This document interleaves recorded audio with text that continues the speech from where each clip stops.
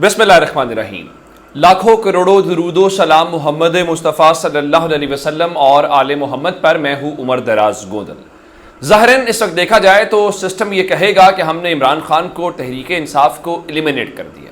میں آپ کو خبریں باقی باتیں بتانے سے پہلے آپ کو اپنا آج کے دن کا مشاہدہ بتانا چاہتا ہوں۔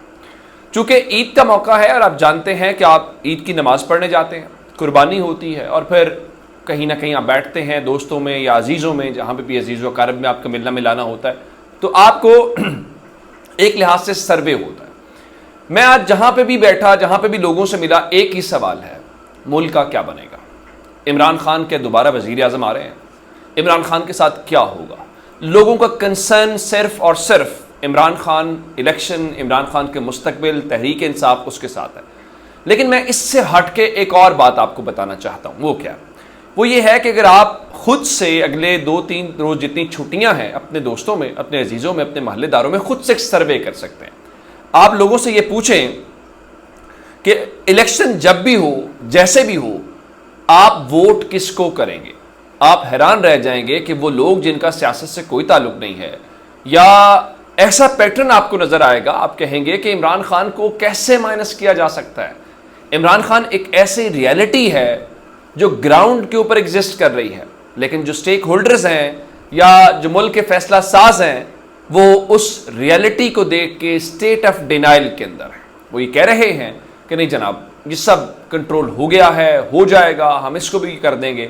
اور پھر سب سے بڑی بات، عمران خان کا کمال یہ ہے کہ مشکل وقت یا مایوسی کے دور میں سے وہ کامیابی کو کھینچ لینا جانتے ہیں۔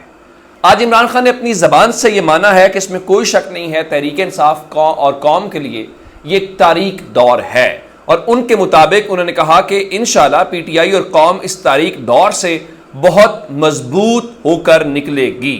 اب اس بات کے اوپر آتے ہیں کہ عمران خان نے آج کس طرح سے اس ساری صورتحال کو کیا ہے، میں آپ کے سامنے اور بتانا چاہتا ہوں۔ پہلے نمبر کے اوپر عمران خان نے کہا ہے کہ چونکہ ان کے اوپر یہ الزام لگایا گیا ہے یا ان کو غدار قرار دیا گیا ہے، تو ان کا مطالبہ یا درخواست یہ ہے کہ اس کیس کا اوپن ٹرائل کیا جائے، پہلی بات۔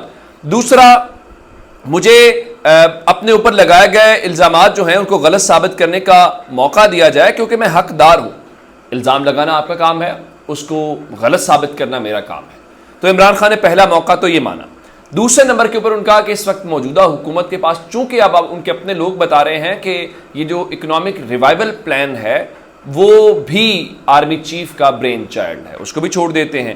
اب ذرا جو 24 گھنٹوں کی مہلت سے ریلیونٹ باتیں ہیں، ہمیں آئی ایم ایف سے متعلق بتایا گیا ہے۔ اب آئی ایم ایف سے مکمل ایگریمنٹ نہیں ہو رہا، پاکستان جو ہے وہ آئی ایم ایف کے ساتھ سٹینڈ بائی ایگریمنٹ کر رہا ہے۔ سٹینڈ بائی ایگریمنٹ کا مطلب یہ ہے کہ ہمیں قلیل مدت کے لیے، کوئی 6 مہینے کے لیے، کوئی 2.5 جو ارب ڈالر ہیں وہ ملیں گے، جس کا مطلب یہ ہے کہ نئی گورنمنٹ آئے گی اور نئی گورنمنٹ آ کے نیا معاہدہ کرے گی۔ اس کا مطلب کیا ہے؟ اس کا مطلب بہت واضح ہے، نون لیگ کو یقین ہے کہ وہ نہیں آئیں گے، کیونکہ جو نیا معاہدہ کرنا پڑے گا، نئی شرائط ہیں، سخت شرائط ہیں، وہ کوئی اپنے ذمہ نہیں لینا چاہتا۔ اس کا مطلب ہے نون لیگ اپنے سر سے اتار رہی ہے، ان کو پتہ ہے کہ شاید ہم نہ آئیں، تو اس لیے ہم اس ایگریمنٹ میں جاتے ہی نہیں ہیں جو بہت سخت ہے۔ اب عمران خان کیا کہہ رہے ہیں؟ عمران خان نے آج پھر کہا ہے، وہ کہہ رہے ہیں جی میں چیلنج کرتا ہوں کہ جناب جب بھی الیکشن ہوئے تحریک انصاف جیتے گی۔ باقی گراؤنڈ کے اوپر کیا ہے، میں نے اپنی پرسیپشن اور اپنی جو آج کی ایک سروے ہے وہ میں نے آپ کو بتا دی۔ عمران خان نے آج یہ کہا ہے، چونکہ ان کے پاس کچھ نہیں ہے،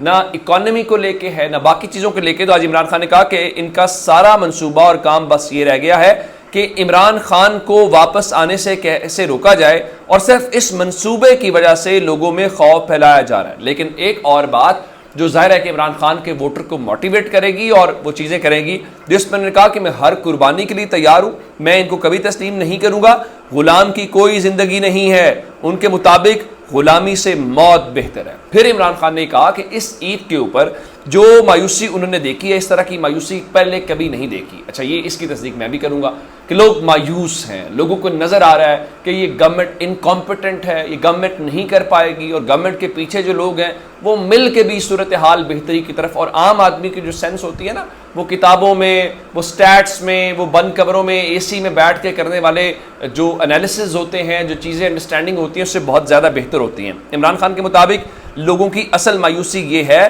کہ پاکستان کے فیصلے اب دبئی میں کرپٹ لوگ کر رہے ہیں. دیکھیں ایک بات تو حق بجانب ہے، جب ایک لیمن یہ کہتا ہے کہ جناب آخر کیا وجہ ہے کہ سارے آج تک برسوں حکمرانی کرنے والے ایک ہی شخص کے خلاف اکٹھے ہیں، جب وہ کہتے ہیں کہ یہ سارے ملک سے باہر چلے جاتے ہیں، وہ ملک سے باہر کیوں نہیں جاتا؟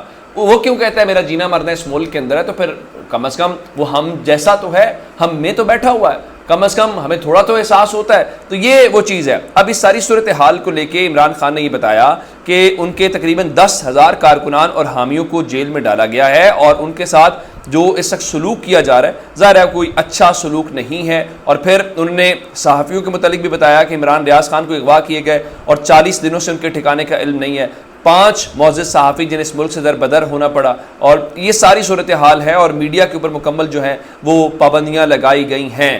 اور اس سارے سینیریو کے اندر اب جو شہباز حکومت ہے اس کے پاس کسی قسم کا کوئی اور راستہ نہیں بچا سوائے اس کے کہ وہ سوسائٹی کے اندر خوف پھیلائے، اور اس خوف میں سے جو ہے وہ صورتحال. اب حکومت کیا کر رہی ہے؟ حکومت کبھی کچھ بیچتی ہے، لوگ اس سے سوال کرتے ہیں. مثال کے طور کے اوپر یہ بتایا گیا کہ جناب وہ روسی تیل آ رہا ہے تو وہ تیل آئے گا تو دیکھیں آپ سستا تیل کریں گے. پھر مصدق ملک کہتے ہیں کہ ہم نے سستے تیل کی اسکیم تیار کر لی تھی تو IMF نے ہمیں روک دیا تو ہم نہیں کر پائے. اب ذرا اندازہ لگائیے، ایکسپریس نیوز کی خبر ہے کہ روسی خام تیل کی دوسری کھیپ لانے والے بحری جہاز سے تیل کی منتقلی مکمل ہو گئی ہے، اور اگر دوسرے جہاز سے تیل کی منتقلی ہے وہ بھی مکمل ہو گئی ہے، تو اس کے باوجود اگر آپ لوگوں کو سستا تیل فراہم نہیں کر سکتے تو پھر آپ سے سوال ہونا چاہیے کہ بھائی آپ کر کیا رہے ہیں؟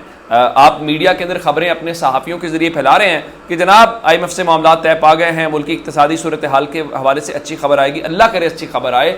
پاکستان کا عام آدمی میرا بھی انالیسس سننے کا روادار نہیں ہے. جب وہ خود مارکیٹ میں 1,000 روپیہ ڈالتا ہے، جیب میں ڈال کے وہ مارکیٹ جاتا ہے، اور مارکیٹ جا کے وہ صرف سودا سلب یا سبزی لے کے آتا ہے، تو جو کچھ اس میں آتا ہے تو اس کو کسی اکنامکس کو سمجھنے کی ضرورت نہیں ہے.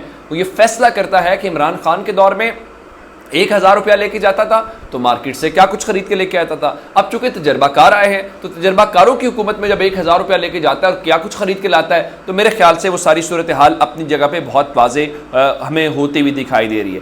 اچھا، ایک حکومت کسی کو لگا رہی ہے، کسی کو اتار رہی ہے. اب ذرا اندازہ لگائیے کہ chairman national commission for human development جو ہیں، کلر ریٹائرڈ امیر اللہ جو مروت ہیں، ان کو ہٹانے کے لیے گورنمنٹ نے بہت بار سمری بھیجی، اور سمری بھیجنے کے بعد صدر عارف الوی ان کو نہیں ہٹا رہے تھے. اب چونکہ ان کا اپنا بندہ آ گیا ہے صادق سنجرانی، اور وہ قائم مقام صدر کے طور کے اوپر کام کر رہے ہیں، تو انہوں نے کرنل ریٹائرڈ امیر اللہ مروت کو ان کے عہدے سے ہٹا دیا ہے، اور اس سمری کے اوپر جو ہے وہ دستخط کر دیے ہیں. اب ان کے اوپر الزام کیا ہے؟ ان کے اوپر الزام ہے کہ کچھ پوسٹیں لگائی تھی، کچھ ایسا تنقیدی کانٹینٹ، ظاہر ہے وہ کن کے بارے میں ہو سکتا ہے، جب آپ کی نوکری سے آپ کو ہاتھ دھونا پڑے آپ بہت اچھے سے جانتے ہیں. اندازہ کریں کہ آج عید کا دن تھا، اینکر عمران ریاض لاپتہ ہے، اور بہت سارے لوگ آج کچھ ایسے علاقے جیسے مثال کے طور کے اوپر جہاں پہ بہت سارے افراد لاپتہ ہیں، ان کے گھر والوں کو نہیں پتہ. آج عید کے روز بھی وہ احتجاج کرتے ہوئے نظر آئے. ان کا صرف ایک مطالبہ، اور میرے خیال سے یہ ہر شہری کا حق ہے، ریاست کا اور شہریوں کا ایک کانٹریکٹ ہوتا ہے. وہ سوشل کانٹریکٹ کیا ہے؟ وہ ڈیوٹیز اور رائٹس کا ہے. دیکھیں رائٹس کیا ہیں؟ میری ڈیوٹی یہ ہے کہ میں لا کو اوبے کروں، میں ریاست کے عملداری کو مانوں، اور میرے رائٹس ہیں کہ مجھے فیئر ٹرائل کا موقع دیا جائے، میرے خلاف مقدمہ بنایا جائے، ریاست مجھے تحفظ فراہم کرے، سینس آف سیکورٹی پرووائڈ کرے. اب وہ لوگ عید والے دن بھی پنجاب والوں کو یہ باتیں سمجھ نہیں آتی تھی. ہم یہ پشتونوں کے اوپر شک کرتے تھے، ہم مہاجروں کے اوپر کرتے تھے، بلوچیوں کے اوپر کرتے تھے. میرے خیال سے اب پنجاب والوں کو بہت اچھے سے سمجھ آ رہی ہوگی. اپنا بہت سارا خیال رکھیے گا. خدا حافظ.